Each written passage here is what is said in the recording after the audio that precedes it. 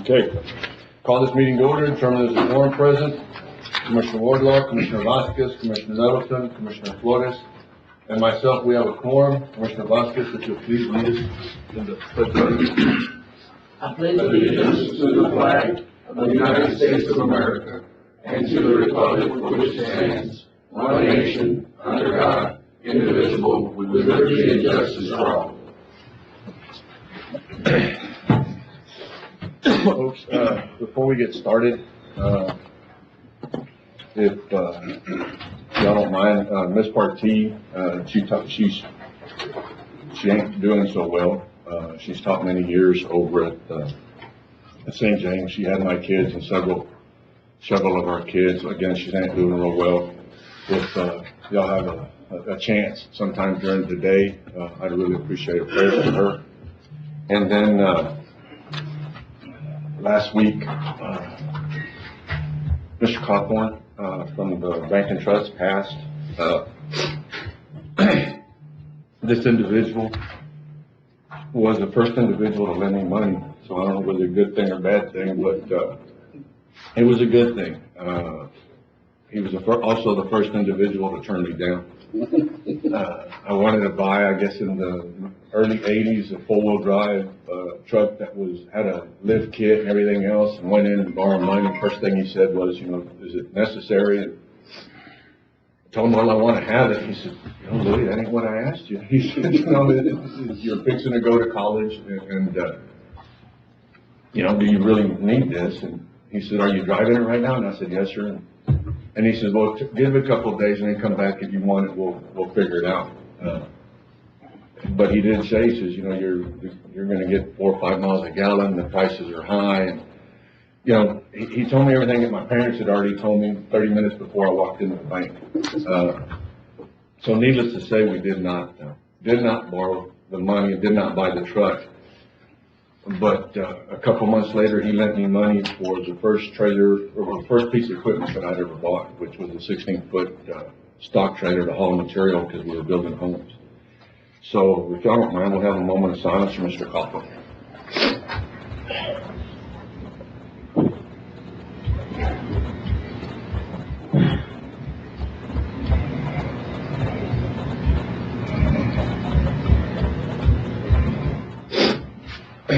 Thank you. Approving minutes. We do have a move. Second. I have a motion, Commissioner Nettleton. Second, Commissioner Flores. All those in favor? Aye. 5-0 vote. Citizens' comments. I have one. Ms. Castro. Ms. Castro.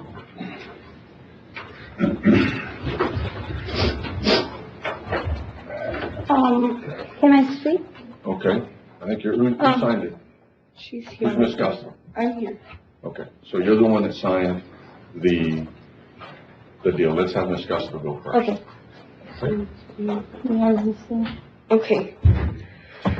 morning, Commissioners Court. My name is Erica Castro. I live in Moreno Valley, and I am a member of the Moreno Valley Association. 2 months ago, we met with Commissioner Flores and Judge Owens, in where we were told that the county was willing to pay for labor in fixing Old Foster Road if the landowners paid $5,000. Wait a minute. Okay. Be perfectly clear. Yes. Okay. For their individual lots. Not everyone can afford the $5,000. We spoke with Rep. Morales and we asked for a letter. Did you want to speak, ma'am? Yeah. If you don't mind, will you fill that out that way just for the record on who spoke? And then. Will be Miss. Okay, so you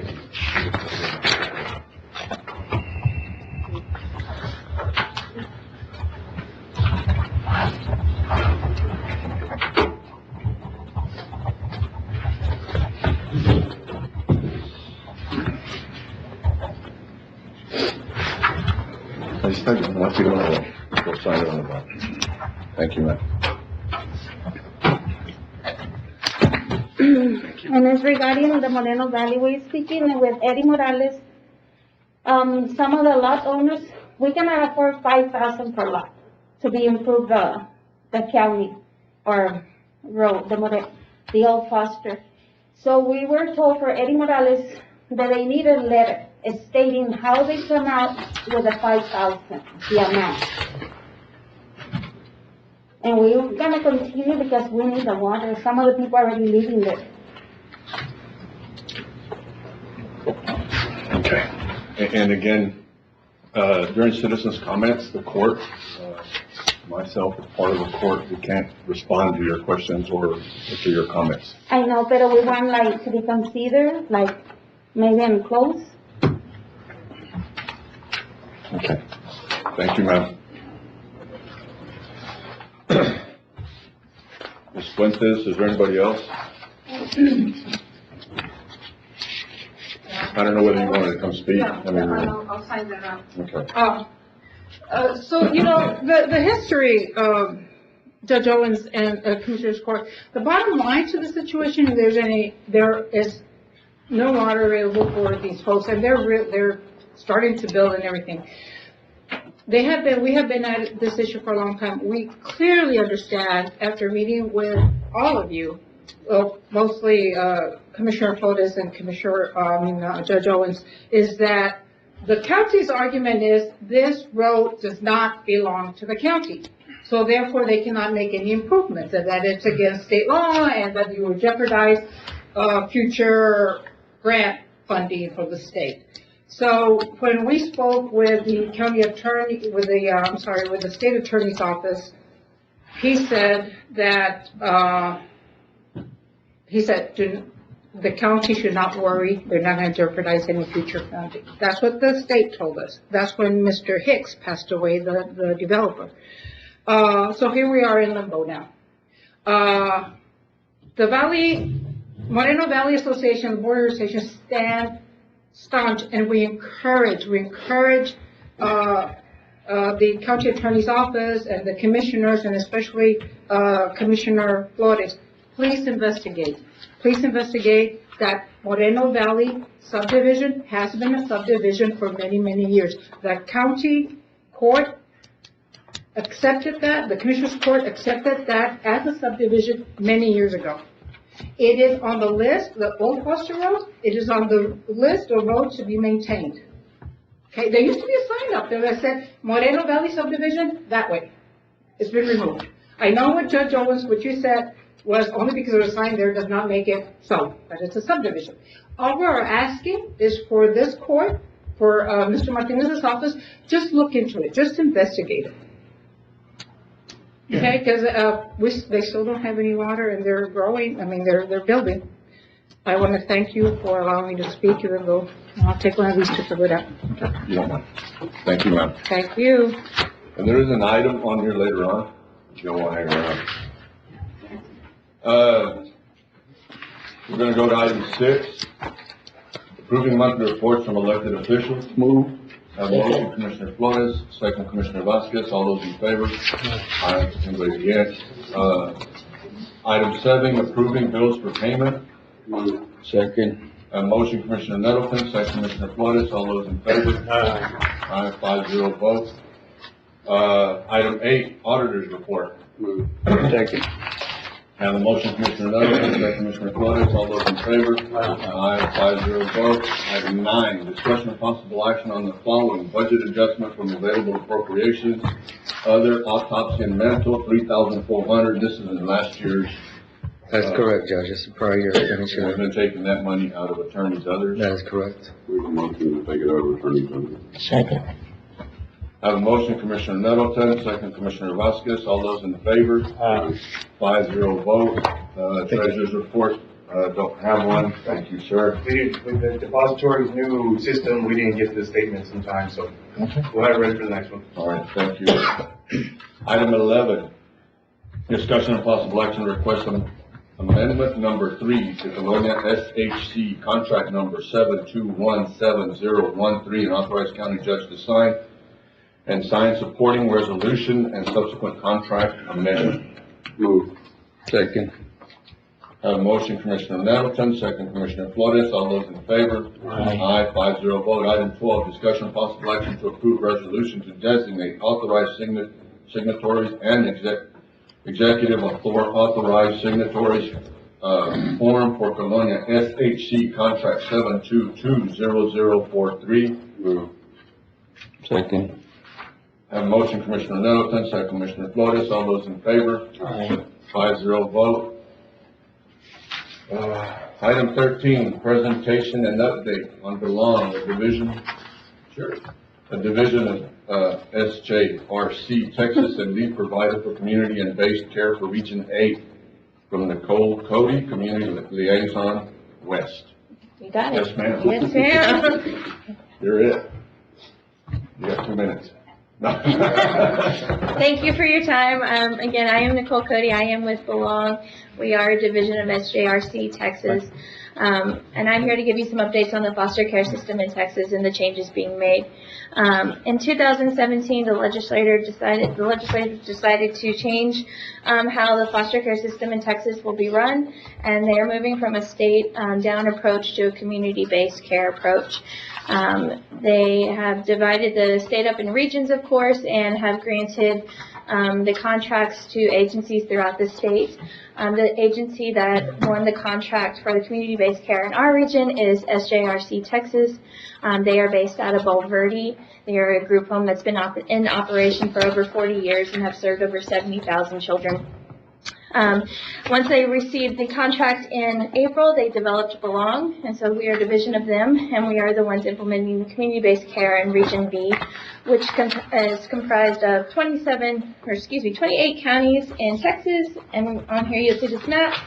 Bexar County is not included. It's Region 8A. Region 8B is all the 27 around there. And so we've divided it up into 4 sub-regions just for our sanity, really. And I'm blessed to be able to work out here in the West region, covering our 9 counties from Medina down. And so community-based care, why is it different? Well, it's basically putting the communities in charge and responsible for the children in their counties that are removed and placed in foster care. And that means building up services and agencies and wrapping around these children and caring for them here locally. And keeping them here locally. So the goal is, once a child is removed from their home, from CPS, that not only do we find a safe home for them, but we keep them here. They've already gone through enough trauma, they've lost their families, and now we're going to take them away from their best friend and their teacher and their favorite place to eat and everything that they know. And so we're trying to prevent that. By doing so, we're working with trying to, like I said, support them with services, wrapping around that kid and that family. So if, for example, they need a special type of therapy, that we can somehow get it here locally or provide assistance to get them to where, to wherever the therapy or service is.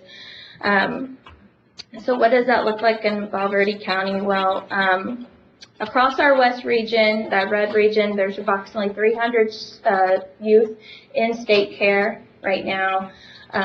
70 of those are from Valverde County. 18 children from this county are ready to be adopted. They're just waiting for their forever home. From this region, only 10% of kids stay in this region. So they're going to San Antonio, Houston, another state completely, because there's absolutely not enough homes in this area to care for these kids. Between Medina, those 9 counties, there's 19 licensed foster homes to cover 9 counties. 9 counties. And I'm one of them. So they're very few and far between. And your placements can stay in your home from, a short amount of time to 2 years or something. So it's not something that's a revolving door that we're taking care of these children quickly, right? When they're in their home, my home's filled for 2 years. And so as a community liaison, I'm out here working to increase capacity. We need more foster homes. I need volunteers to help support these foster homes, and I need agencies to work together to improve communication between one another, to give them the services they need, to build up and rally around these kiddos. And so that's my goal. I'm hitting Valverde County hard. I'm going to get to know 90 really well. I was at the health fair last week. We talked to all of the counselors in the school district. I'm here today, we're here on Thursday, we have the library doing adoption themed story time to talk to families about fostering and adopting. We are hosting an informational this weekend online on phones so people can just log in and listen to how to become a foster family out here and what agencies will serve them. And then we're doing a proclamation with the city. I'm going to the Rotary Club. You name it, I'll be here, and I want to do it and get involved. It's something I'm very passionate about, and I want to do well for the children out here. What can we do? Throw a rock at us. What is it that we need to do? You need to talk about it. You need to tell people that it's happening in your county, that children are being removed and there's not homes for them. You need to encourage it at the workplace, at the churches, in your social groups. And the more it's out there, the more people start to they start to feel the energy and they want to get involved. And so that's what I'd ask of you. Okay. You say it's 10% retention here. What is it in other areas? In other areas, it is more. I don't know the specific numbers on it, but I do know it's a lot more. The West region, out of those 4 regions, is the one that's hurting it the most for the number of homes available for them. But it's a lot more in other places. Yeah, it's a lot more. I don't remember the exact number for the other ones, but we're the ones with the least amount of homes. Yeah, because if I had 300 kids removed, I only have 19 homes to place them in. So. Commissioner. So y'all contract with the state. The state no longer runs this program. Yeah, that's correct. So CPS is still in charge of removing the children, and in this phase of our operation, we work with them they refer the child to us, and then we blast out to all the foster agencies that are contracted under us, and it's our responsibility to find the placement of the child. And y'all's oversight is through CPS? Sorry, what was it? Y'all's oversight is through CPS? Yeah, it's through CPS in the state. Yeah.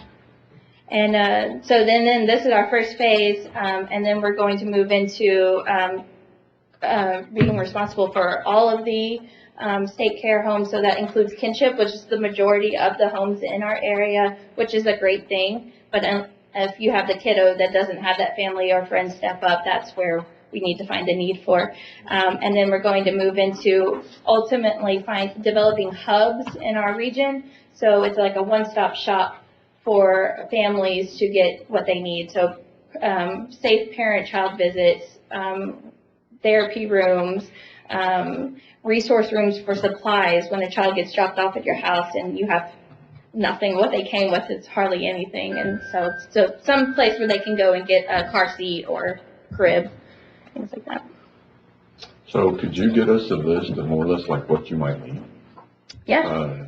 If you don't mind. Yeah, definitely get that to you. If you said a car seat or a crib, maybe if they're younger, someplace like when you go to feed them, or, Yeah. Yeah, we need all that stuff. We need like gift cards for the the older ones, and but one of the other things is a resource room, a place to store all those items that's readily available that we can have access to. A place. I mean, we've got room.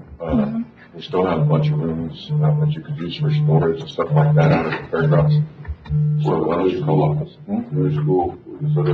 That would be great at a school. Well, in the school that we ended up with, the school doesn't use it anymore, but we ended up with a facility that has lots of rooms, and we set aside something for storage or something. Yeah, that'd be great. If you'll get a hold of us at the judge's office, and one of the ones that's probably they've been working on already is in Precinct 2. It's on Chapoy Street. Okay. Yeah, that'd be amazing. Yeah. And then maybe Cheryl can do something for donations. A lot of people love to donate. Old cribs and car seats. Yeah. Well, even kids' clothes. I mean, we just had a grandkid, and he outgrew clothes in the first 4 months. It's like, right. Jesus Christ, you got rooms, Right. These are brand new clothes. I know. You never got to put them on. I know, right. Yeah, that would be much appreciated. And I hope to come back and give you regular updates on the progress we're making and the good things that are coming out of this effort. I agree. It's good to keep on we take care of a child that was taken away. And they need a lot to do. It's a good thing. It definitely is. Thank you. Thank you for doing that. I appreciate it. Well, thank you. Thank you for Yeah, it's been a blessing. That's like unbelievable. It's a great joy. So I appreciate it. Thank you. Thank you. Thank you, ma'am. And that's what we should be, that's what we should be concentrating on, not on item 14. Yeah. Okay.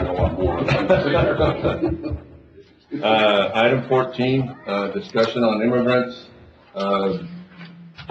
Holly Bradley, I guess is the one that she's in one of the caravans. They started, I think they started with, a little over 5,000, dropped down to 2,500, and I think on November 6th, they're back up to 5,000, and it's fluctuating.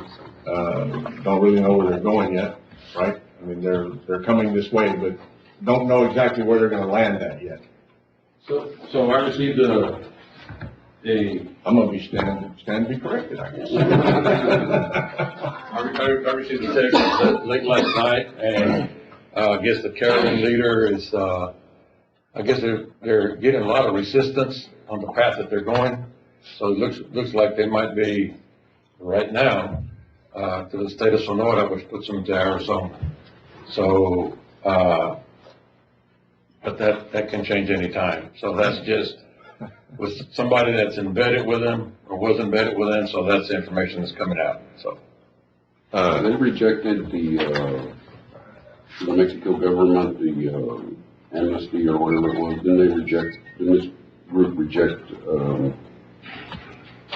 the comments and stuff from the Mexico government? Or the amnesty from the Mexico government? One of the groups, I guess what you're talking about, they said they were leaving no matter permit or not permit.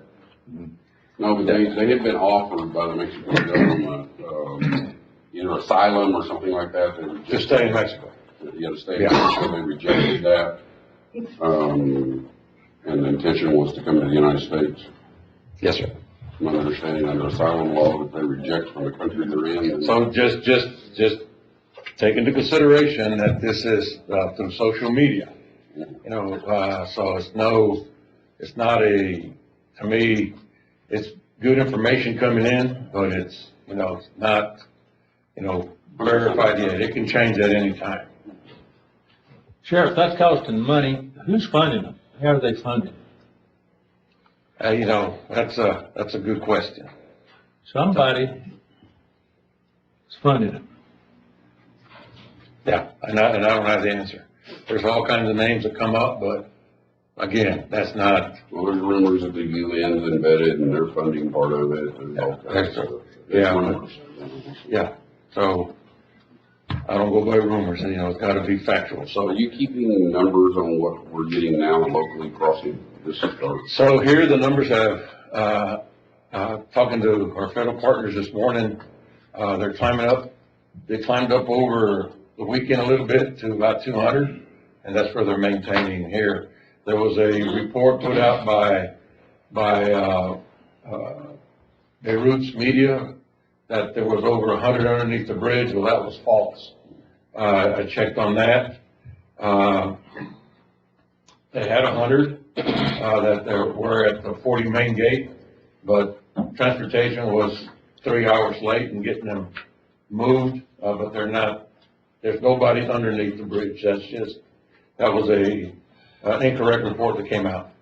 When I mentioned the last time about the issues out west of here, I noticed shortly after that when I went out there was a lot of DPS, and then I've noticed here lately that we're back to where we were at. There's nobody out there. They're just moving them. Eagle Pass is getting hammered right now, so they're probably moving some of those resources to Eagle Pass. It's wherever they're feeling the majority of people coming through. That's where they're going to move. But I'll request some more troops out there again. I've never checked so many lights on all my trailers. Jesus Christ. Oh yeah, I already got my picture. You just take off. Now you're like checking lights and buying bulbs. Not that we didn't do it before. Make sure you didn't put the wrong plate on the wrong trailer. Yeah. Okay. Anything else? I think that's it, Sheriff. Some of the numbers that we had, September through the NGO was around 3,600. Right now through October, we're about 1,600 already with the NGO. We had phone calls this weekend that they'd seen quite a few people there at stripes, what was going on. They turned them loose, and basically the buses, couldn't catch up to them.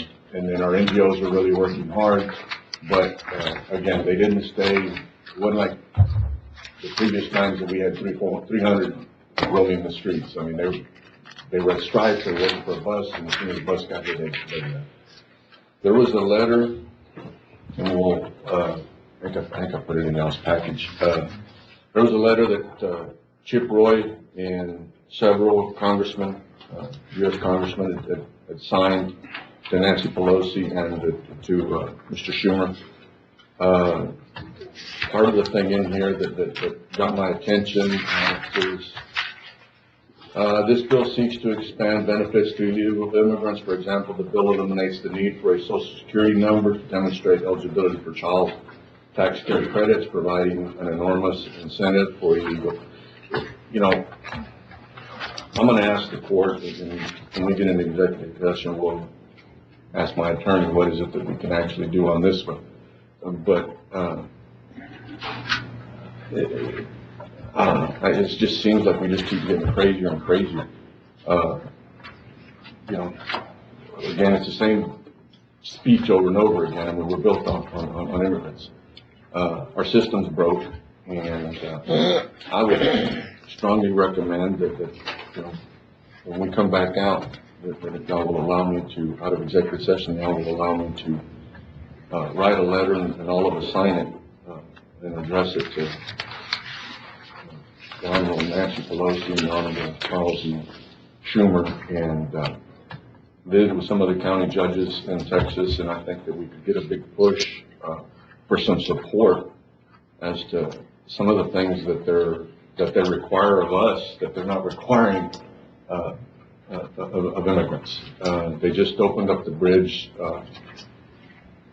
and it wasn't a lot of traffic. I think a bunch of them, like they said, don't have a visa or their visas have expired, but we're not allowing, and we didn't allow family members to come across, but yet we allowed 16,000 to camp out underneath the bridge, and we're mandating vaccines for the ones that are classified as non-essential. You must be fully vaccinated.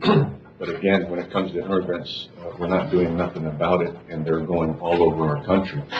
And then we jump off also, and we'll talk about COVID here in a minute, but it's just, there's a lot of stuff, and I think we just need to keep hammering on them and sending letters and sending emails, because it's just,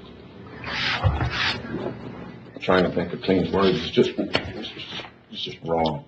And I get it, the problem's been here for a long time, but it just seems like it got worse. And especially since it's in our own backyard. I mean, now we're having to deal with it.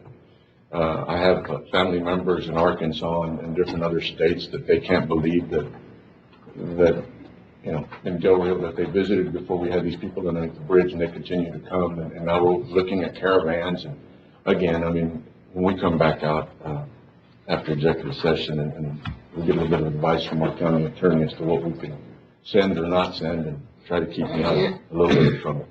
I agree with you, Judge. It's sad when we are having discussions in Washington about handing out checks for $450,000. And we have American vets, homeless, and we have people that don't have a place to live, that live in this country and pay taxes. It's just, they have lost their ever-loving mind in Washington as far as I'm concerned. We don't seem to care a whole lot about what we're doing for the American people, and we seem to care a lot more about what we're doing for the rest of us. It's sad. Really, really sad.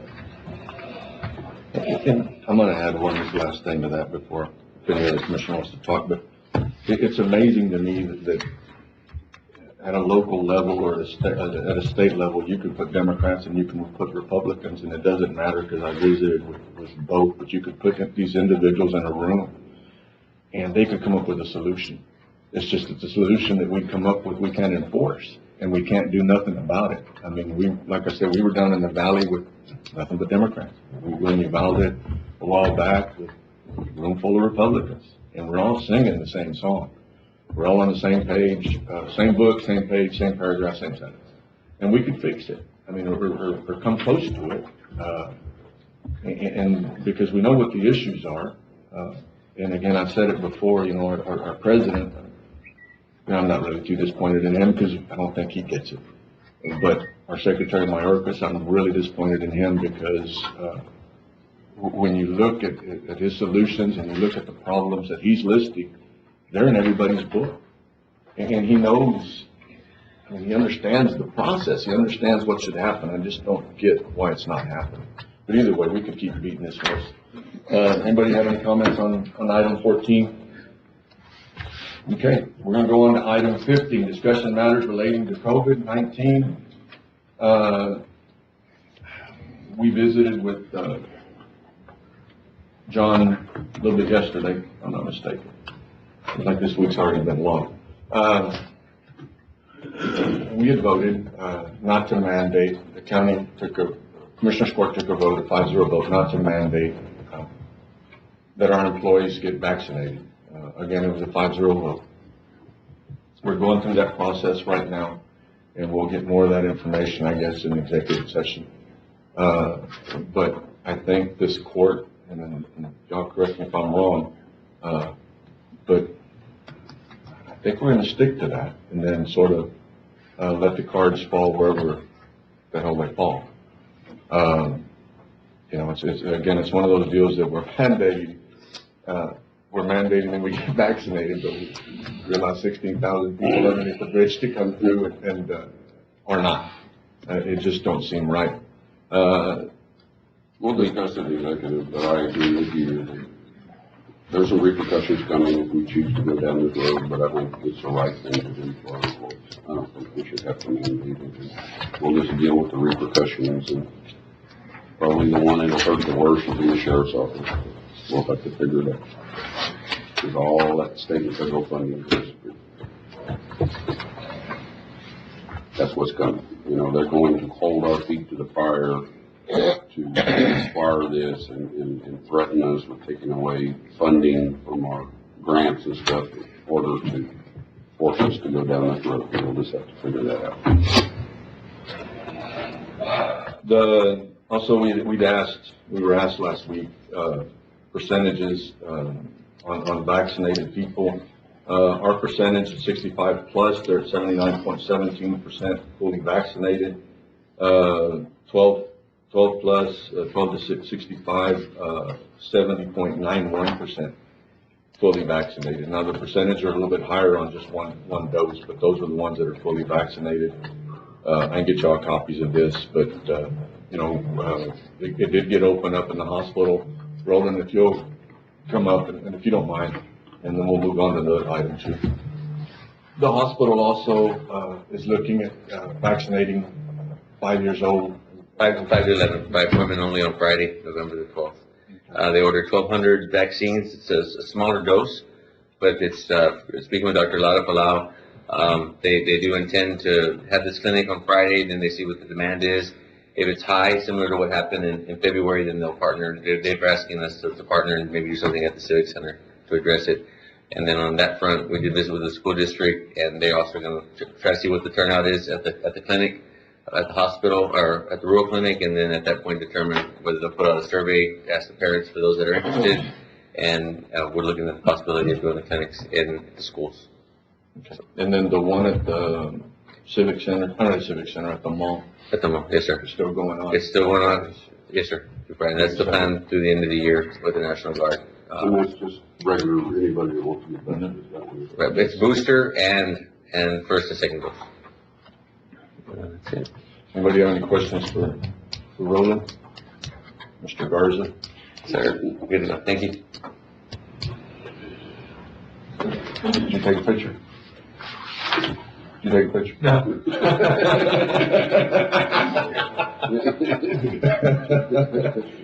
Just do it in a hard time. We do have people that he doesn't come by the courthouse, so I'm not throwing rocks. I will tell you all that this has to be one of the hardest individuals that I've ever met. He puts on his soccer hat, his baseball hat. his COVID hat, his immigrant hat. What else, Roland? It's like, National Guard. And every day it's like with the National Guard, they keep changing names on us. But thank you, Roland. Yes, sir. Thanks. If y'all don't mind, I'm gonna go on to item 21, discussion of possible action on the use of baseball fields on Fonterra. The reason I put this on, there's been a little bit of confusion. Teams, we have football teams, flag football, we have soccer teams, that basically with time change and everything have wanted to use the fields there on Fonterra, the 3 fields, and even in the outfield, or outside of the fence, when they turn on the lights. And I know that there's been some teams there that are traveling baseball teams that have used them and have sort of said, well, we're using them, and had keys to the lights, which I've asked Edgar to change that. But I wanted to get y'all's opinion. My opinion would be is that, the leagues, whether it be a baseball, soccer, flag football, or whatever, the league should come before a private traveling team, any one of the leagues. And I just wanted to get some input from the court to make sure that we're all on the same page, because I know that, we can set up a schedule for everybody to get use out of it, but I don't really think, in my opinion, that a private traveling team should be above a league using it for practice. That's just my opinion. I agree with you. It shows the need that we have for more practice fields with lighting and stuff. And I guess we'll have to figure out how we're going to address that long term. We had a meeting yesterday, Commissioner, and they were going to use the light towers that the county has to light up some fields there. The process that the county's going through right now with Alcoa Field, there was a football team that was able to use that one. And actually right now they're not able to use it, but that one there will. It's going to be a benefit to the whole community. We're going to have a Babe Ruth size field. They're talking about also moving the wall at the Bank and Trust field, to move it a little bit further out to make it, I guess, legal or whatever, and then do something about the fence. So if we can get our Alcoa field set up, and if they need to move some games, at least we have a place for them to play. I think the plan, or what was discussed yesterday in the meeting was that, I know that Precinct 3, some of the commissioners, 3, 2, and 1, I think, have been down there. If I'm not mistaken, down at the Field of Dreams. They're going to try to get their cane problem. They'll tell you somebody planted a bunch of canes, so they can't even play because there's cane growing in the field, I think. But it doesn't have lights, so part of that process was they're going to try to put up lights, and then at some point we get done with our Alcoa field, and we'll go back and try to help them sort of resolve some of the issues that they have at their fields, the city. And they're going to apply for grants, and they do have some money set aside right now to put up lights on the fields that they have. But it's like, I will say that I think the county and the city are working well together right now, because county crews, y'all went out and helped with the Field of Dreams. The plan is to do Alcoa Field, get the soccer fields back in place on Fonterra Road, and try to get some of the light poles. We're going to steal some light poles from one. Okay. In order to be able to light the field, the soccer fields, which we've never had before. So we've got light poles out at Precinct 2. That's coming. I know that we've got a couple of people out on the audience. I don't know if y'all wanted to speak, Carl, or you're okay with everything that's going on, or did you want to say something? Good morning. Good morning, Mr. Judge. Court. Yes, I'm Carl Crawford, and I've been involved with youth soccer for probably over 30 years, and I was kind of coerced by some close people to come back in and help them get going again. I'm standing back there and back, but I'm pretty close to here. But anyway, we would like permission or authority to use 2 of the baseball fields, because we have some teams that are actually, they're going to be going to San Antonio to participate in the South Texas Youth Soccer Association sponsored sanctioned events. And it's getting late. Time changed. We need some places to practice for these kids, because we're just running out of daylight. So we would like to have permission to use 2 of the fields to be able to practice these 2 teams that are going to be traveling. They'll be under the 9U and the 11U. You're using the back, right? Not the whole field, you're using the backfield to practice soccer? Down here? Yeah, that's what you want to use, is the back of the field, the grass area around it. Outfield. The outfield. Yeah. Yes, And like I said, yesterday's deal, I mean, it looked like there were some charts and some graphs made, and you know, what I was visiting with Roland about, and the reason I put this item on the agenda, was I just wanted to make sure that in case we get pushed back, and maybe I was thinking something the court was thinking, but, you know, I guess the priority should be given to league teams and to teams that are part of the league. You know, and then if we can work a schedule around private, teams that are playing, but they're private, then we try to accommodate everybody, but the priority should be towards, league teams, sanctioned, like you said. So, and I think Roland was working on that. I think y'all put a plan together yesterday in the meeting that we were in, right? Yes, sir. And David's here with the Pee Wee football. It'll happen. Okay, thank you, Mr. Crawford. David, did you have a question? Good morning. Morning, Judge. How's it going? Morning. I'm representing the Pee Wee football. We're at our last week, so again, with time change, we've used, or my team specific has used that 4th field, the Alcoa field. It was great for us, and we shared it with softball. You know, we worked around everyone's schedule because we know that there isn't a lot of fields. So like I told Roland, even with what we're doing right now, we are willing to cut our practices to an hour and a half so that somebody can take over right after us. Because with the lighting, it's limited, so we appreciate y'all's help with whatever you're doing for us. And like I said, we're willing to work with everyone. We've got one more week, and we might have we might have all-star games, so we might need a field for another week. But right now, this is our last week. Our championship is this Saturday, so we appreciate what y'all doing for us. No, and if you'll get with Edgar, get with Roland and get with Edgar, and then they can set up a schedule. Sure, thank you. And hopefully this time next year, we won't be talking about this. Yeah, yes, sir. We'll have more fields for y'all. Are y'all using the city's fields too? We just got those yesterday. Are they charging you for them? Hopefully not. They said no. So we started at Buena Vista, but they put us outside the fence. So it was very narrow. So we just moved to the lower fields at the high school. They're willing to work with us. But again, it was getting darker, so we had nowhere to go. Roland helped us out, and the city gave us, right now, we have the Buena Vista, Yuko, and Popwart to use. We don't practice on the infield because I also coach softball, and I know the importance of the infield. So we only use the outfield, and we're limited to where we put our kids, even out of our drills. So yeah, being a coach for multiple sports, I know the importance of the field, so I try to take as much care of them as we can so that we don't mess them up. Are you still playing games at the old Memorial, or I guess it's North Heights now? No, we're actually using all of our games for Pee Wee football at the middle school. Yes. Are they charging y'all for that? They used to.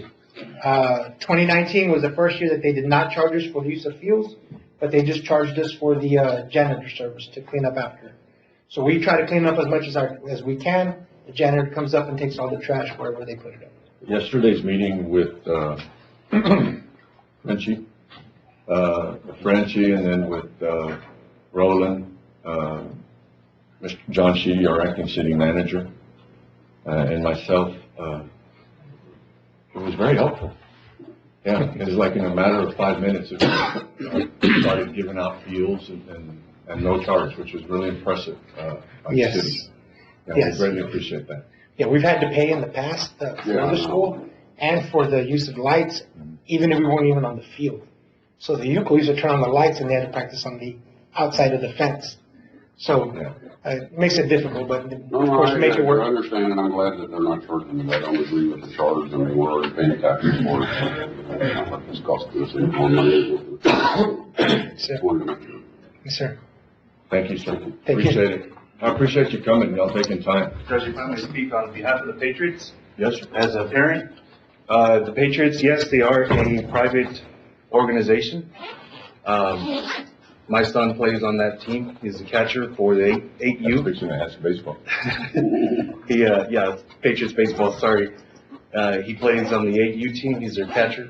These boys have developed immensely since the end of the season, the regular Little League season, to the point that these boys have won 2 tournaments and placed second in San Antonio out of 8 teams.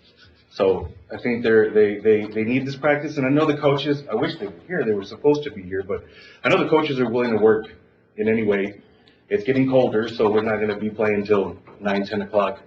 But in any form or fashion, the county is willing to work with us. Oh, and Aaron, you know, my comment was we need to try to, make room for everybody. I get it, and I just wanted to speak on their behalf, just give them a little. And it's like everything else, if we can keep, you know, sort of kids off the street and the parents too. What's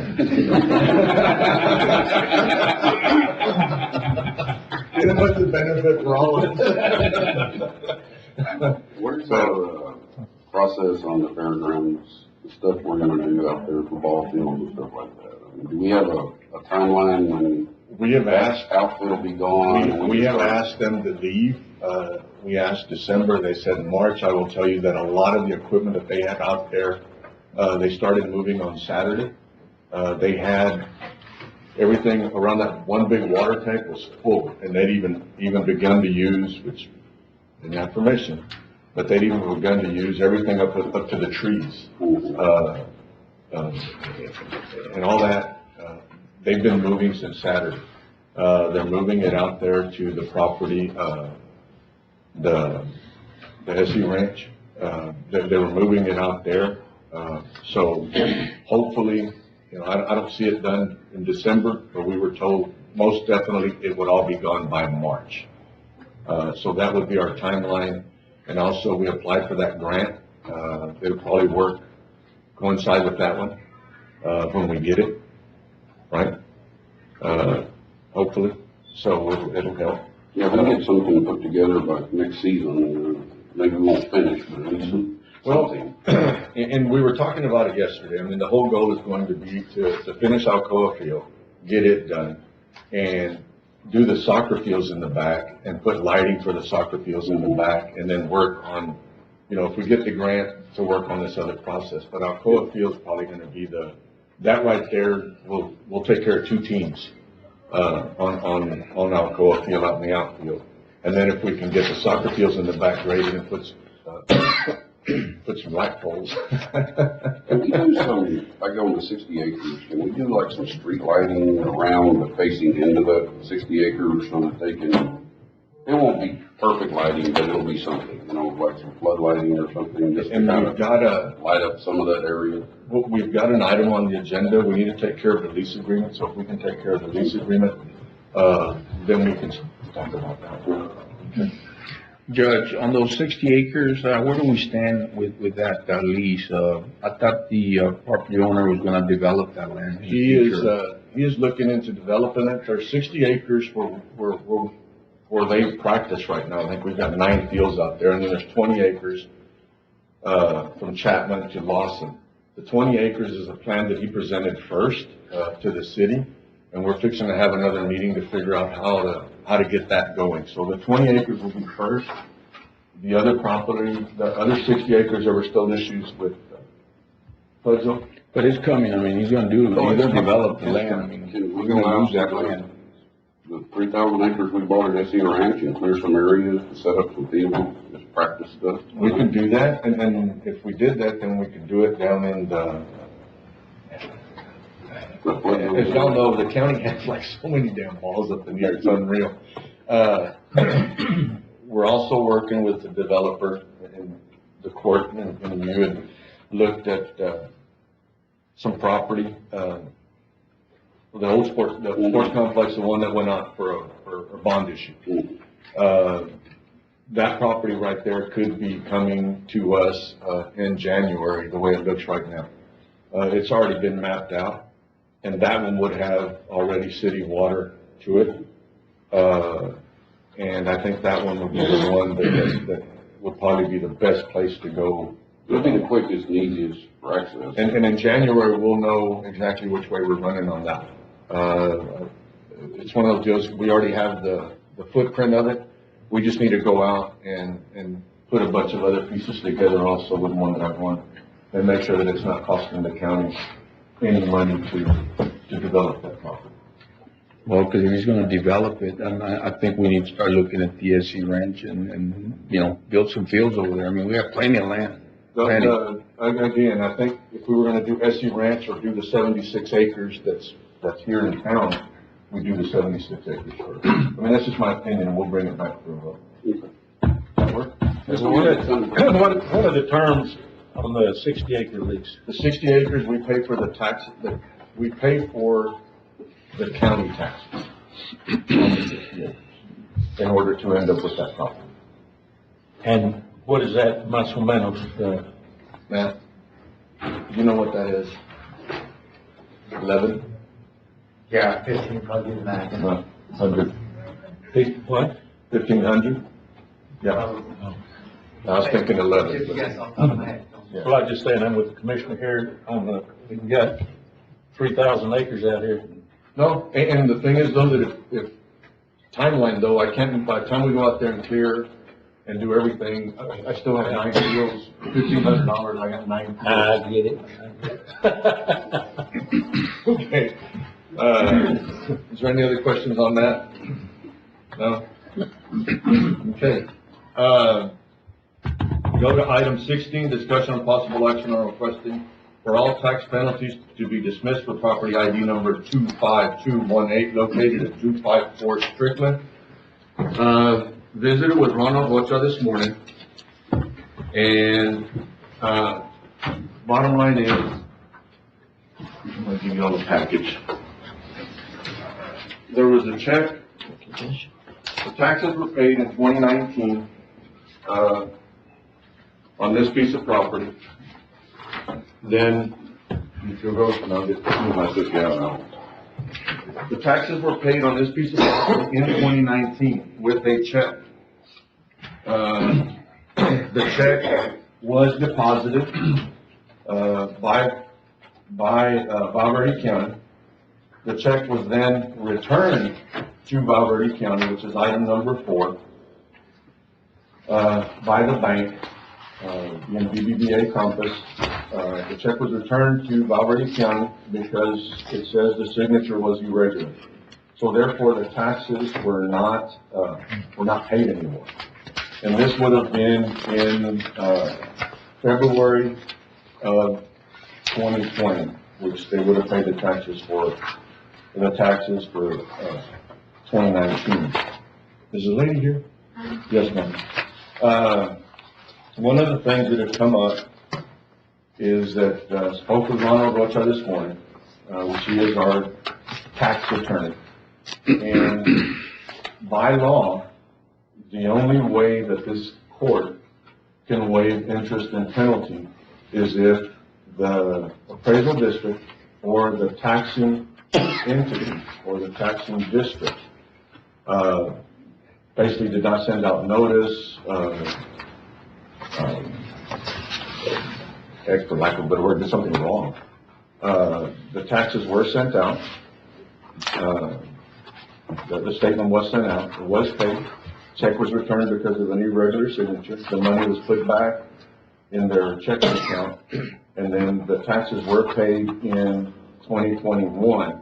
But they're asking the taxes to be waived. So, according to the attorney this morning, bottom line is there was no error by the taxing entity or the appraisal district on the way this was handled. And then the other deal is there's 180-day statute of limitation on interest and penalty. And that, in his opinion, that is already passed. Ma'am, if you want to come up and make a statement.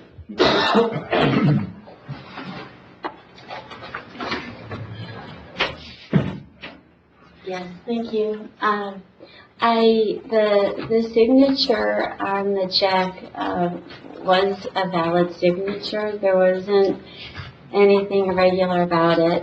I was not aware that the reason we were receiving a notice that the taxes were not paid for 2019 was because the funds had been reversed to the bank.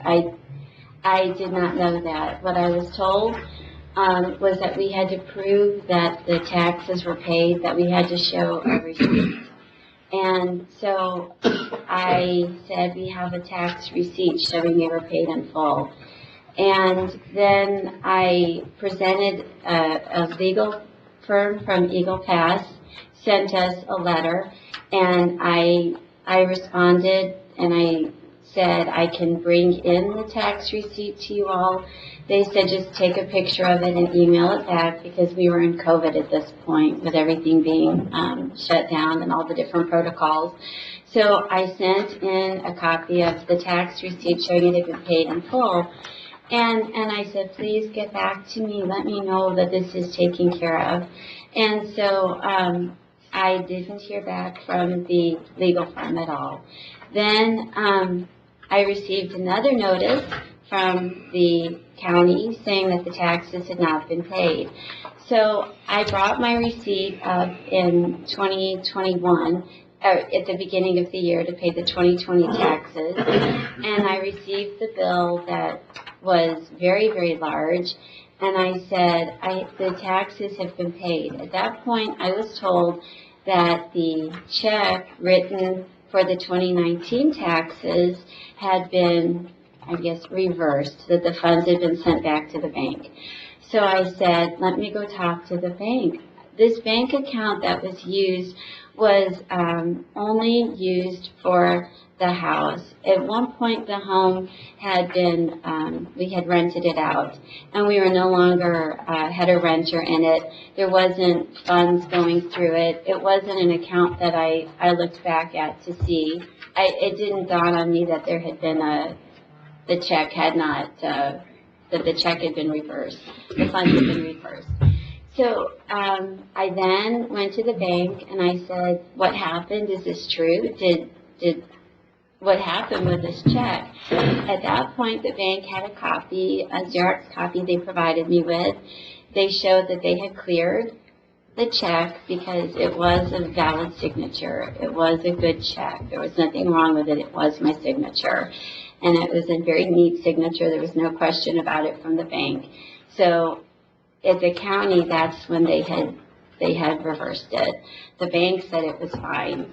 And so I did not know until 2021, at the time that I went to pay, that was the reason everybody kept saying the taxes weren't paid in 2019, that, well, since the funds had been reversed, they weren't paid. I didn't know that. I thought all this time there was some kind of a glitch with paperwork. There was something with the system.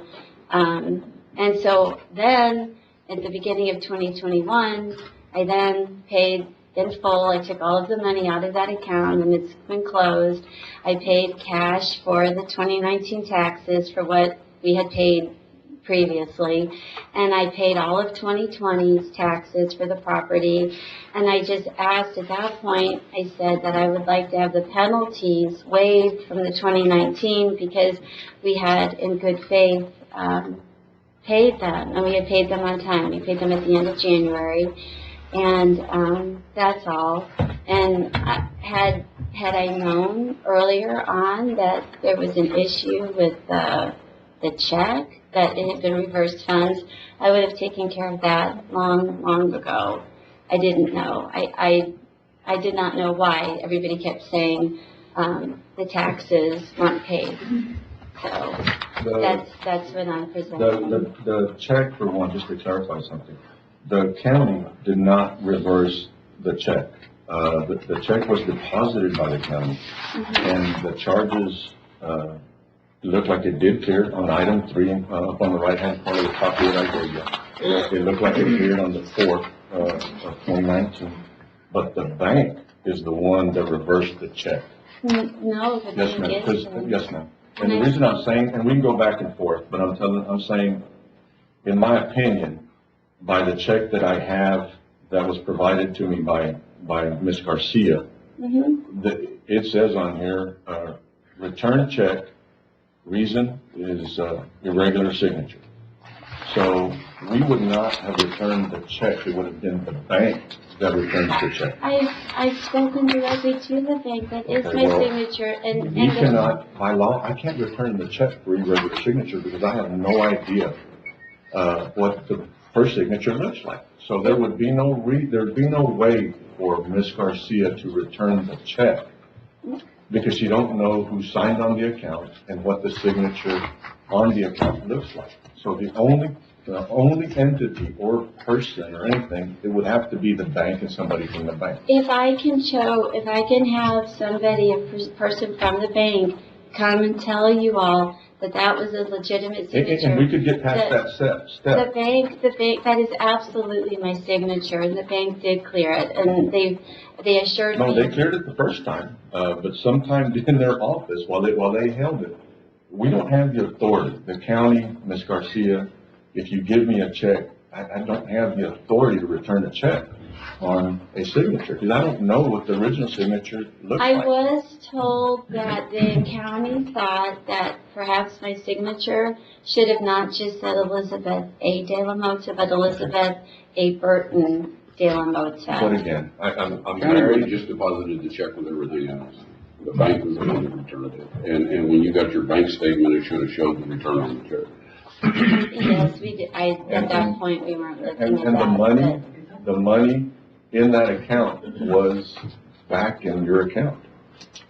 Yeah. So for at least a year, this money had been sitting in your account. So It that just should have wasn't given an you account notice. that we were using for anything but that purpose at that point. There's two things here, there were a couple of things. One, it was reversed. In my opinion, the county could not have reversed it. It had to have been the bank.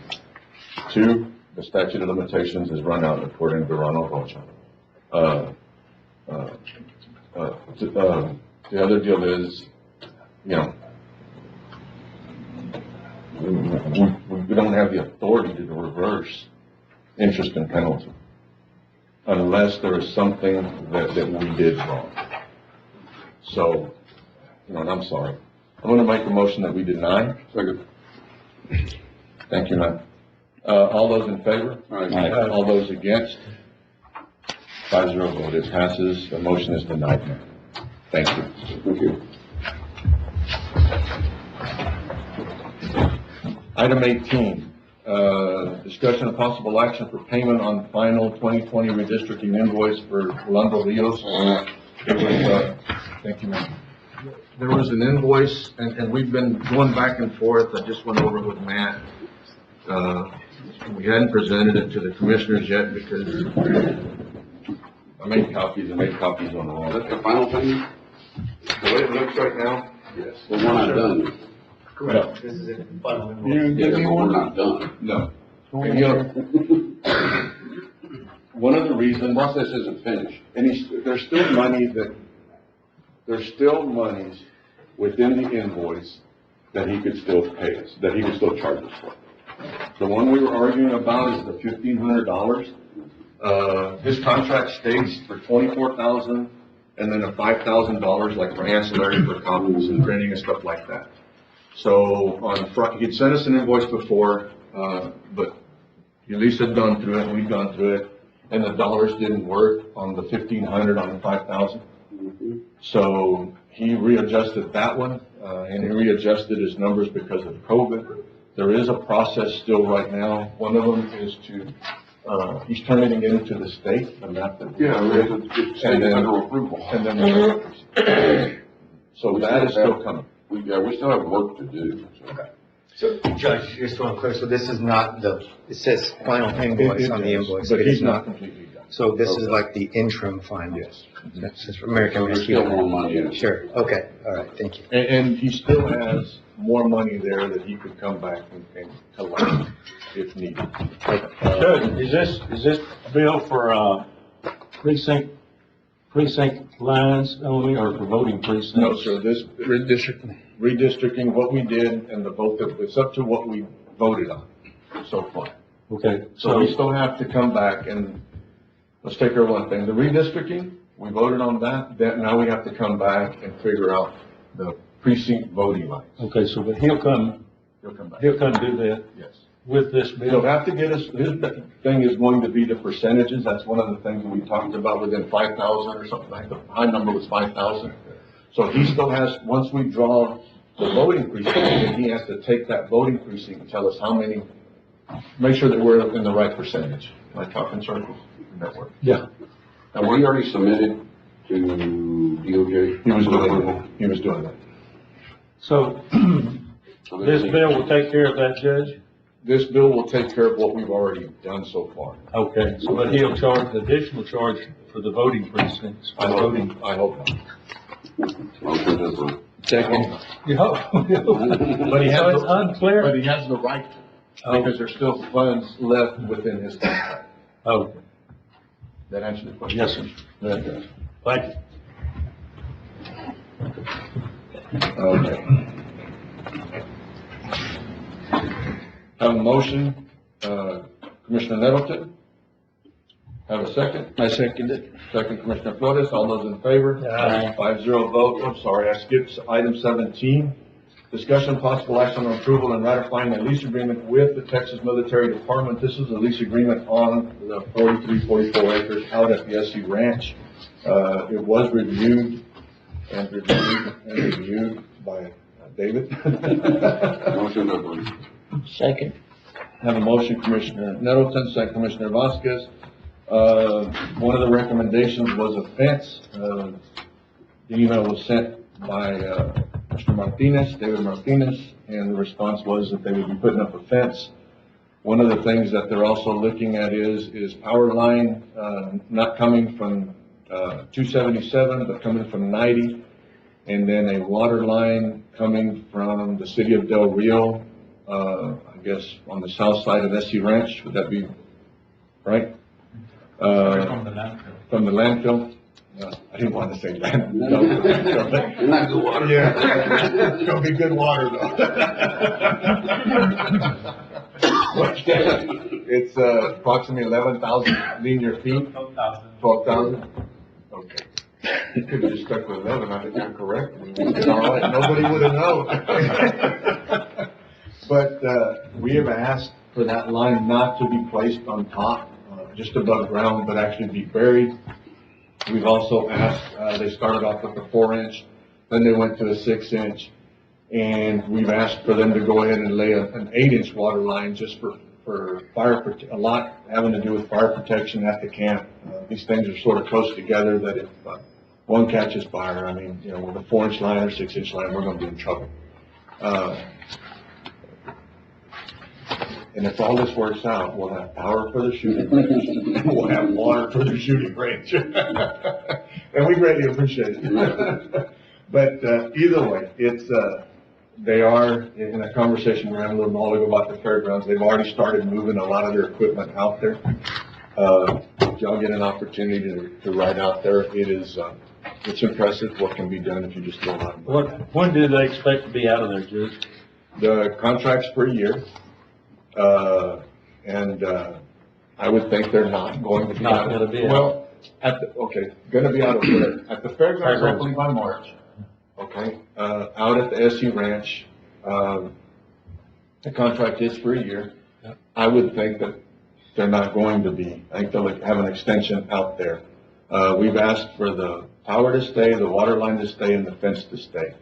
They're also building a, basketball court for these individuals to play on. One of the other things that we've asked them to do is maybe develop a shooting range for our law enforcement. That one wouldn't, you know, see, but that will have to go through the sheriff's office to check in, and then come back with the lease agreement or something. So in March for the fairgrounds, we have a year contract for SC Ranch, but I don't know when they're leaving. Franklin's built a heck of a shooting range out there, Judge. Contract with him. Well, the thing is though, it won't be mine, it won't be ours. Yeah, well, until we get this done. Yeah. Well, it's impressive again, and I'll say it, what you can do when you just when you have a blank checkbook. You keep working? Oh, it's just unbelievable. Yeah. They brought in, one of the things was that he brought in over 500 loads of crushed base material, and then they threw, black rock from the valley on top of it, which I don't even know how many loads, but I would assume that probably another 500 of that on top of it. It's just an enormous amount of monies, so, yeah. Okay. Have a motion, Commissioner Nettleton, second Commissioner Vasquez, all those in favor? Aye. 5-0 vote. Item 19, discussion possible action for permission to use the county courthouse grounds 400 Pecan Street in December, it looks like December 17th for a movie and nonprofit. Motion to approve. Second. Have a motion, Commissioner Flores, second Commissioner Wardlaw, all those in favor? Aye. Aye, 5-0 vote. Item 20, discussion of possible action to join a lawsuit regarding opioids. This is through Middle Rio Grande. Second. Have a motion, Commissioner Nettleton, second Commissioner Flores, all those in favor? Aye. Aye, 5-0 vote. Item 22, discussion possible action on charging insurance companies for commercial accidents where Valverde County's crews go out, especially, we were really concerned about the fire departments we've had, and we've talked about this. I've been trying to do this for I guess like 3 years ago. no, even longer than that before y'all were here. I've been trying to get something where we can start keeping our costs. But I think the last time when we were visiting, we were gonna hire a company to invoice, and that's the reason that it stopped, because the company, when they did the numbers, it wasn't to their benefit with what they were charging us. It wasn't enough. But, I know that we've had a couple of accidents here lately, with 18-wheelers, and we're spending 4, 5, 8, 10 hours out there. So if I can get a motion to move forward with that, and then have, David and John look into it. Charging insurance companies. Second. Have a motion, Commissioner Nettleton, second Commissioner Vasquez, all those in favor? 5-0 vote, discussion of possible action on the purchase of land from Frank Larson, property located on Johnson Boulevard. We can talk about it, right? Instead, and we'll go and just get it done. This is a piece of land that's probably gonna be anywhere from 0.8 acres to an acre. The price on this piece of property would, the property's located on Johnson. It'll help with the back entrance going into precinct 4 yard. The piece of property, he's asking $20,000 for it. We can go ahead and when you look at comps of property out there per acre, I mean, they're anywhere between $50,000 and $100,000 an acre. This one, he's asking $20,000 for the property. By the time we get it, get title policy and get a surveyor out there. I know that Carlos could do it, but I think if we get a surveyor, then he'll issue his title policy. But I would be asking, the property's 20, we could set aside $25,000. The money would come from, we have an account that we've been putting, funds in from lease payments from the pins, which has $113,000 in that account. If we could set aside $25,000 out of that account in order to facilitate the purchase of this property. Motion to approve. Second. Motion, Commissioner Flores, second Commissioner Nettleton, all those in favor? Aye, 5-0 vote. Item 24, discussion possible action on a purchase of land on Escondido for a road to connect Escondido and I think Rise. It's a tract there that's right around an acre of land. We've already done the preliminary groundwork on it. We've already visited with the owner. The cost of the land, $6,300. So I would ask that, probably gonna cost us another $2,500 to $3,000. Set aside $9,300, not to exceed $9,300 to do paperwork and everything, and also to come out of the same account of leases and the lease money that we have for the fence. Motion to approve. Have a motion, Commissioner Flores, second Commissioner Wardlaw, all those in favor? Aye, 5-0 vote. Discussion, item 25, discussion possible action on a contract between Valverde County and Francisco Mondragon for the use of the 60 acres. This is a contract that we signed before. As soon as the attorneys review it, the stipulations and the terms would remain the same, but I'd like the authority to sign if they would review it. Motion to approve pending legal review. Second. Francisco is the owner? Sir? He's the owner? Yes, sir. Of the property? Yes, sir. Okay. Have a motion, Commissioner Nettleton, second Commissioner Flores, all those in favor? 5-0 vote. Discussion of possible action on Moody credit rating for Robert E. County. Matt, if you would give us a brief presentation. We did meet by phone call, with individual from Moody. Our credit rating did go up. Matt? That's correct, Judge. Our credit rating did go up. We still have the eventual target of a AA rating, and hopefully we get there, judging from their factors. We'll see. We know that feelings are not facts, data is facts. Judging from their institutional framework of facts, it is a AA. However, feelings are just opinions. in case the people of Moody are going a little rock. Feelings are opinions, and this is a credit opinion from them. It's just simply they feel that our valuations are too condensed into the energy-related sectors for the pipelines, the wind farms, and the AEP, electricity. So there's really nothing that we can do about that. We simply do not want, we don't want to encourage more pipelines simply so we can go out and tax the residents. That would be just silly. So we will have to take that hit. We are concentrated. The other factors is we are driven by ad valorem tax revenue, up to 80%, so that we don't have other levers like anybody else, utility rates, toll bridges, that sort of thing. So that's just going to limit us. What is our credit rating? The rating from Moody's is at A2. We'd like to get it to a AA3. And that would just be at cheaper interest rates. However, in this low interest rate environment, this court simply does not have the appetite to go out and overtax the taxpayer simply so you can take money and put it in a low yielding account. That would also be silly.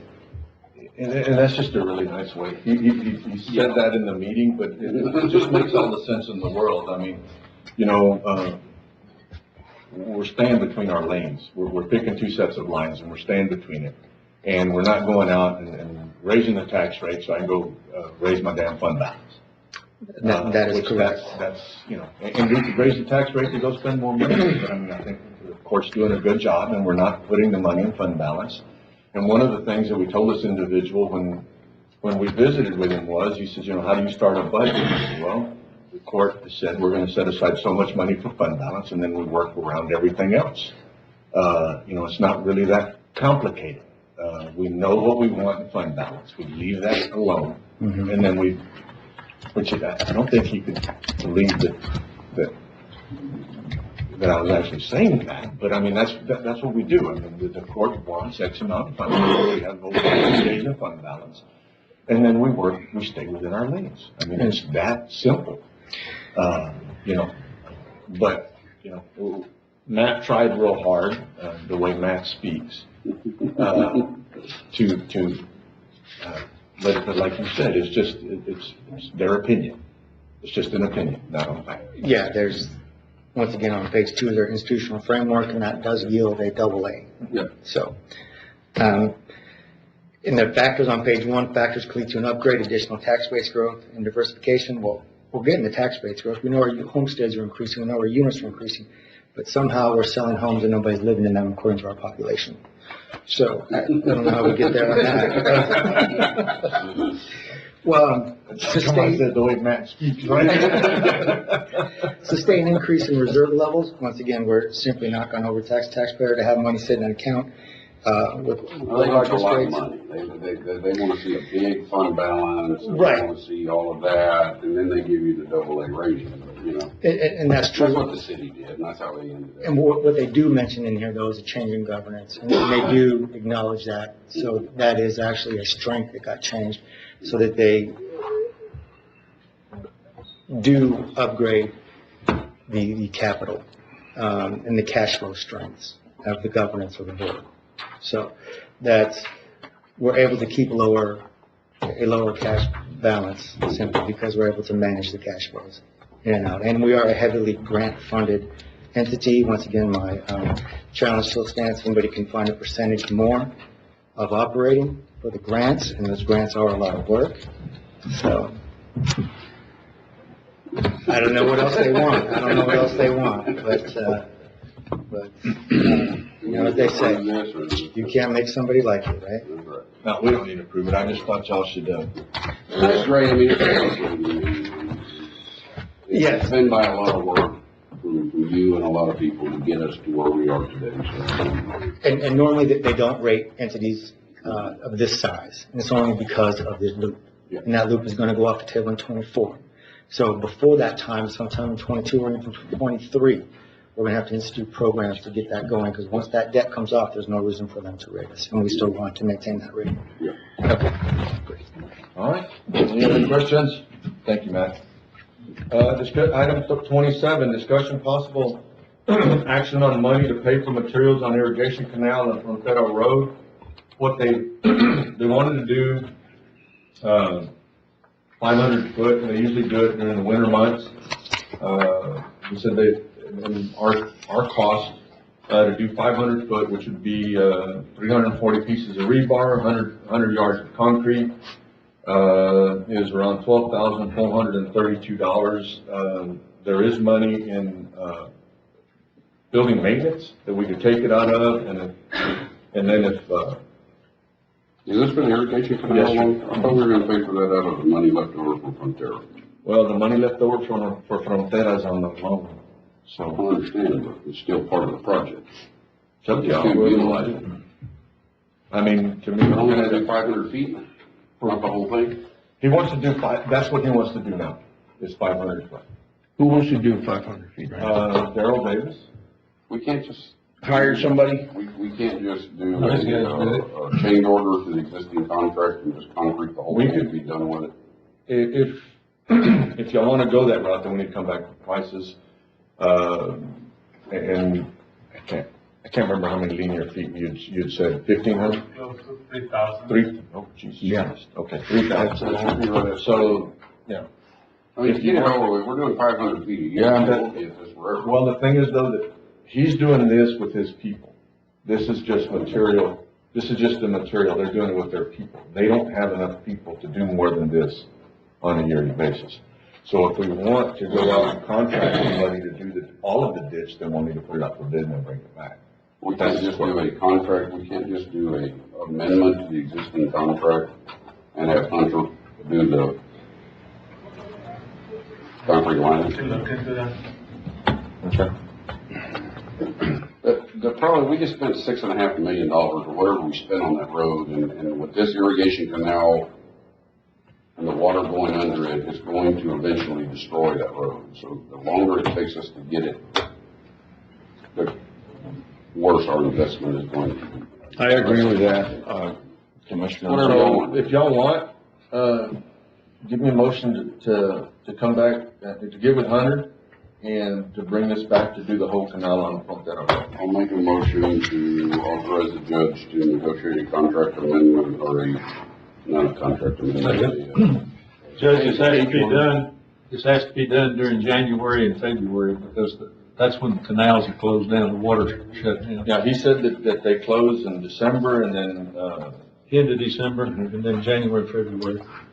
I'll second that motion. I have a motion, Commissioner Nettleton, second Commissioner Flores, all those in favor? Aye. 5-0 vote. Discussion possible action on fiscal year 2022 Border Zone Fire Department grant. This is a grant that we've been talking about, for the last couple of meetings. What we've come up with Jerry was a brush truck, a generator plus the transfer switch for their office, a light tower, and then a water truck. And depending on how those numbers work out, if there's money left over, and if the grant will allow it, some air packs for the individuals. But those are the. Motion to approve the one. Second.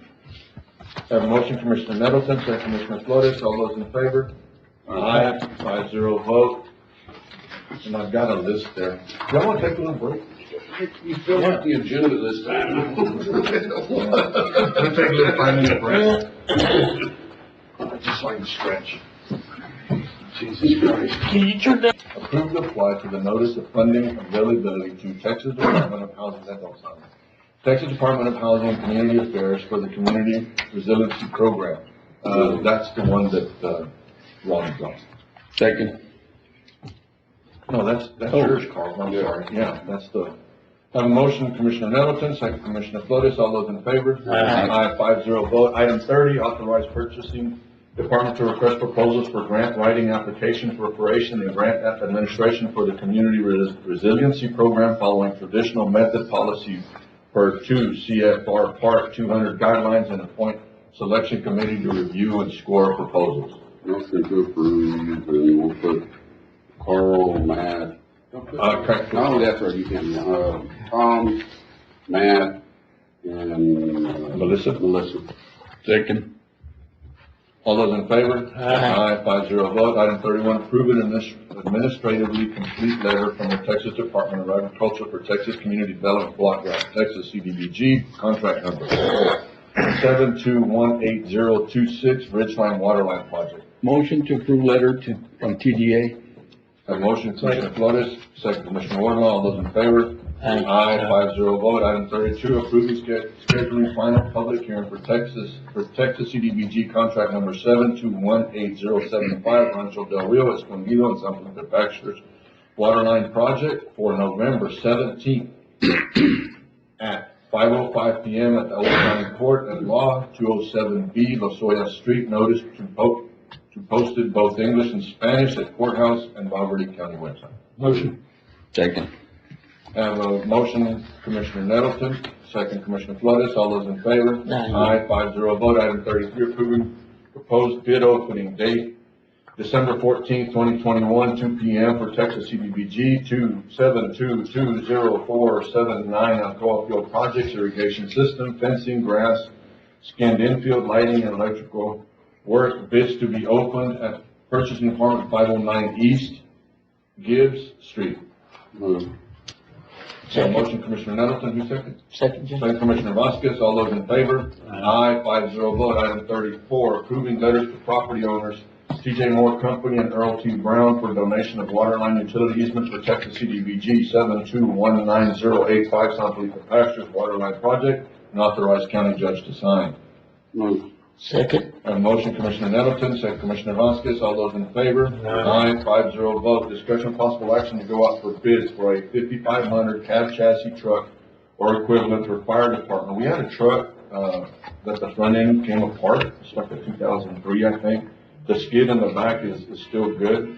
I would ask that we set aside, $65,000 out of contingency to go out for bid. He does have a lot of equipment down there that is fixing to be auctioned. All that money could be put back into contingency. Motion to approve, Judge. I have a motion, Commissioner Vasquez, second Commissioner Nettleton. All those in favor? Aye. 5-0 vote. Item 36, discussion possible action on setting aside $35,000 for bucket truck for building maintenance and building maintenance department.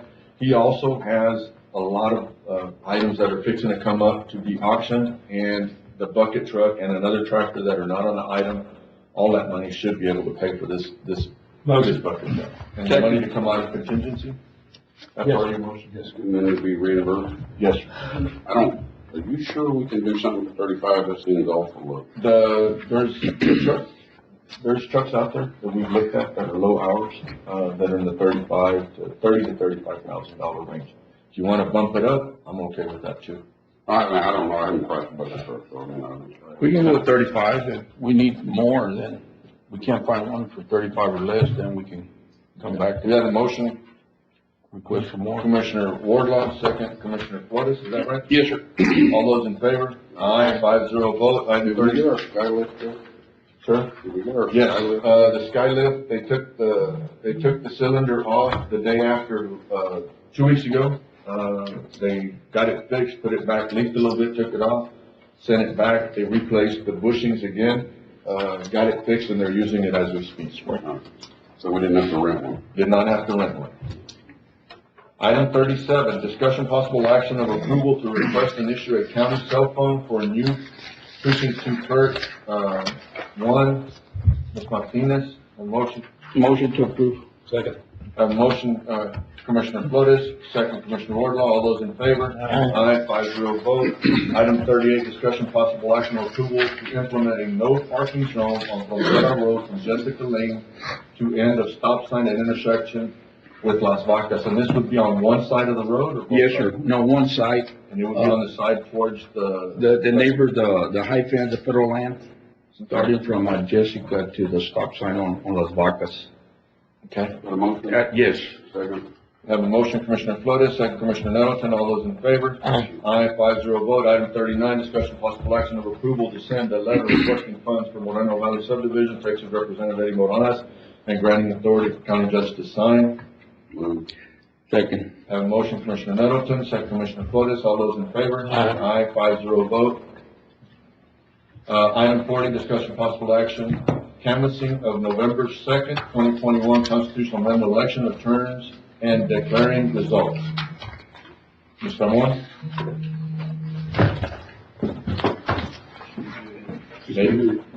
You're muted, Mr. Amor.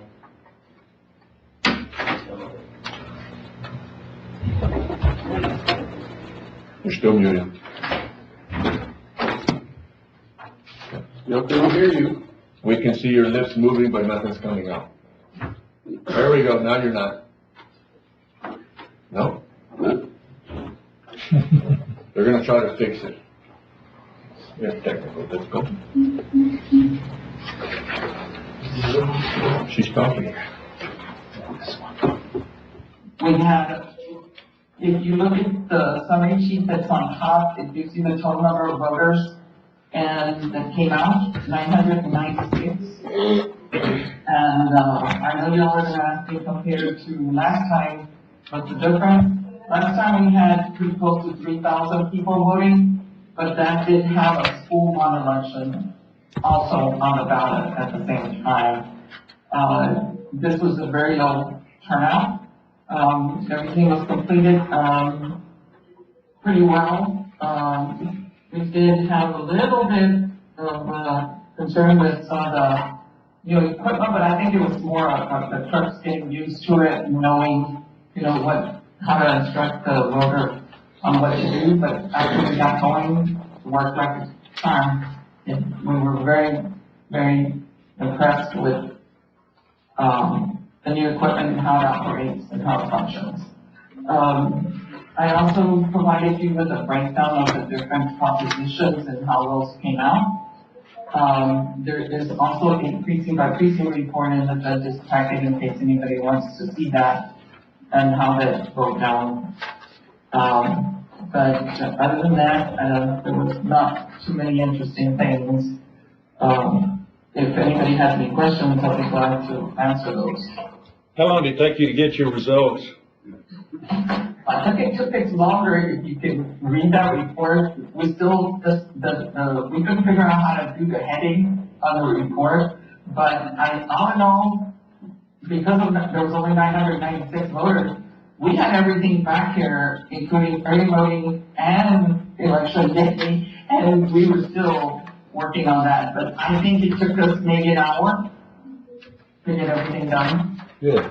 So you had a 3.50% voter turnout Yes, sir. in an election that had the possibility of a state income tax on it. We had 3% of the people that actually showed up to vote on that. Yes, sir. Wow. Unfortunately, yes. Amazing. It is, normally constitutional elections are very low, but I expected a lot just based on what was on the constitutional amendments. There was quite a few important constitutional amendments in there that could end up costing taxpayers lots and lots of money. I'll make a motion to approve. Second. Have a motion, Commissioner Nettleton, second Commissioner Flores, all those in favor? Aye. 5-0 vote. Item 40. No, thank you, ma'am. Item 41, request to extend 3% discount from November 3rd. Would you table this? Motion to table. Second. Motion to table, Commissioner Nettleton, second Commissioner Flores, all those in favor? Aye. 5-0 vote. Item 42, approval of replat establishing Lot A on Block 5 out of Lot 3, 6, and 7. Rio Diablo style subdivision previously recorded on volume 5, pages 15 through 18, Valverde map of records. Second. A motion, Commissioner Nettleton, second Commissioner Flores, all those in favor? You're good. Item 43, authorization for county judge to sign Defense Economic Adjustment Assistance Grant application for projects named: 1, support aerospace physiology Laughlin Air Force Base, and 2, extend, renovate T1 flight line shack at Laughlin Air Force Base, and authorize county judge to sign authorized representative resolutions for the county commission, by the county commission. Move. Second. Have a motion, Commissioner Nettleton, second Commissioner Flores, all those in favor? Aye, 5-0 vote. Item 44, thank you, sir, you did an amazing job. Item 44, approval to add the new Fairgrounds office located at 853 West 15th Street to the fiscal year 2021-2022 quarterly pest control services contract for an amount of. Motion to approve. Second. Have a motion, Commissioner Flores, second Commissioner Vasquez, all those in favor? Aye, 5-0 vote. Item 45, approval to declare the following items as surplus property and designate for property disposition. Disposition may include but not limited to auction, reassigned, recycled, and or destroyed. We have a dresser, one air compressor, Miller welder. You have a motion? Motion to approve. Second. Motion, Commissioner Nettleton, second Commissioner Flores, and there is a list of these. Massey Ferguson tractor, Kubota, a Chevrolet, a conference trailer, Walkwell horse walker, mobile sheep loader, utility bed, utility trailer, and a ramp back model, 64G RVP. Let's go into roller and dresser. I have a motion, Commissioner Nettleton, second Commissioner Flores, all those in favor? Aye, 5-0 vote. Item 46, authorize county judge and county engineer jointly general authority to approve change orders relating to insurance projects if a change order involves an increase or decrease in the cost of $50,000 or less. And it states the code that we're asking for. We've had change orders, little change orders, that have come up, and we've actually even been arguing with them. One of them was, right now, is on the roof. They've changed this amount of, squares for the 2 roofs, which that right now has been denied. We're asking authority not to keep having to bring it to the court. Motion. Have a motion, Commissioner Wardlaw, second Commissioner Nettleton, all those in favor? Aye, 5-0 vote. Item 47, approve and seek request for proposals for project management administration, professional services in regards to American Rescue Plan Act, and appoint select committee to review and score proposals. Motion to approve. Second. We'll do the same committee we did for the other one. Matt and, Tom and Melissa? Okay, have a motion, Commissioner Nettleton, and a second, Commissioner Flores, all those in favor? Aye, 5-0 vote. Item 48, approving the renewal of Pitney Bowes postage meter lease for 63rd Judge's Office, in addition of 1 new account budgeted for human resource and management, priced through Sourcewell contract number 041917-EIT, and authorize county judge to sign. These monies are in their budgets. Yes. move. Second. Have a motion, Commissioner Nettleton, second Commissioner Flores, all those in favor?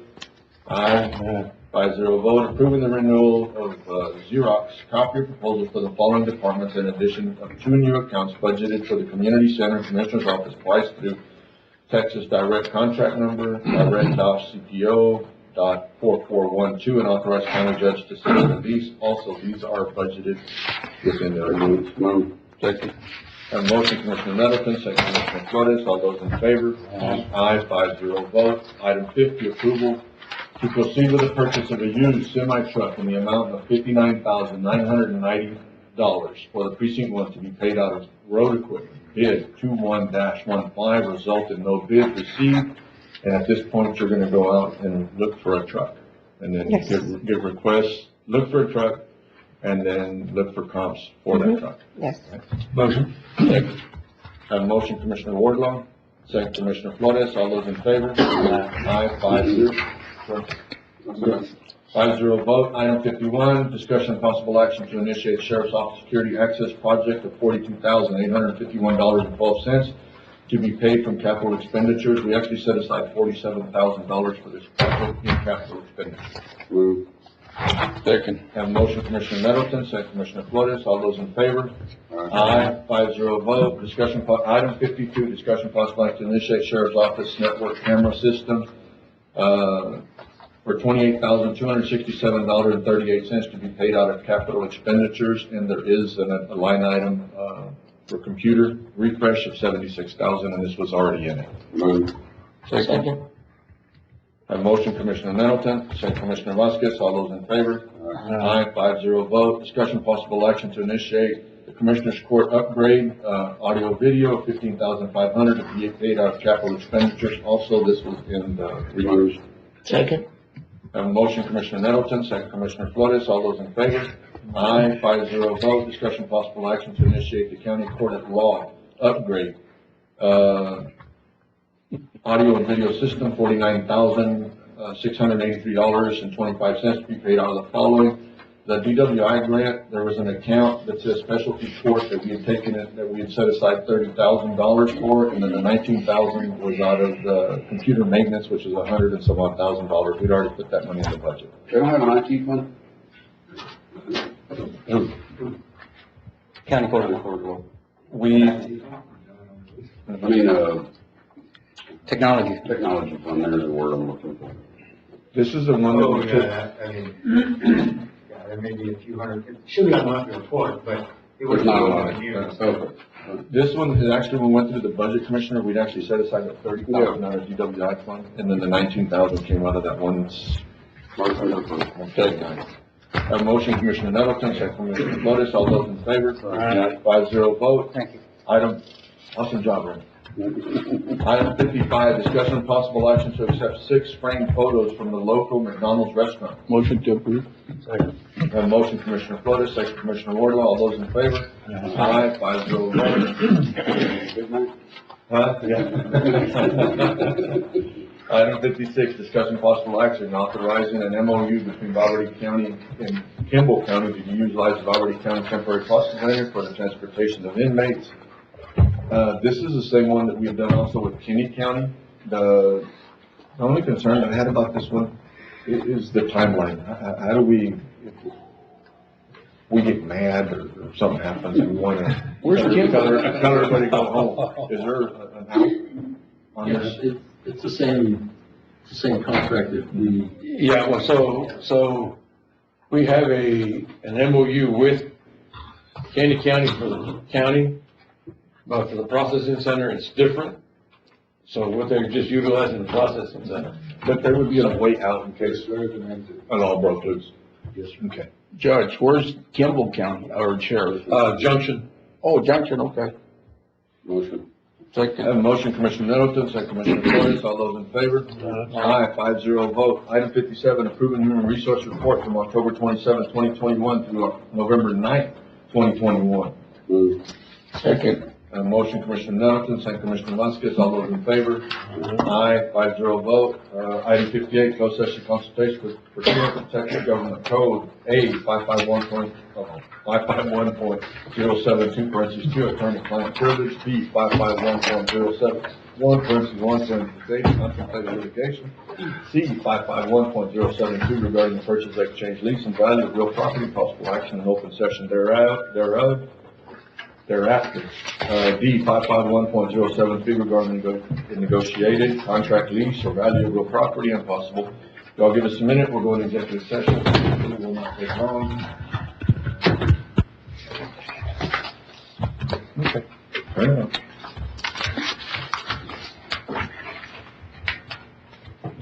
Got it? So, Recording in progress. she says, 11:35, no action was taken. Tom? No action was taken. Let me go back to item 41, we tabled it a little while ago, we go back to a request to extend 3% discount through, November 30th, 2021. Judge, I move that Commissioner Court adopt Chapter 31.05C of the Texas Tax Code, hereby extending 3% discount through November, 2% discount through December, and 1% discount through January 2022. Thereafter, Valverde County will revert back to Chapter 31.05B of the tax code for the next tax year and moving forward. Second. Have a motion, Commissioner Nettleton, second Commissioner Flores.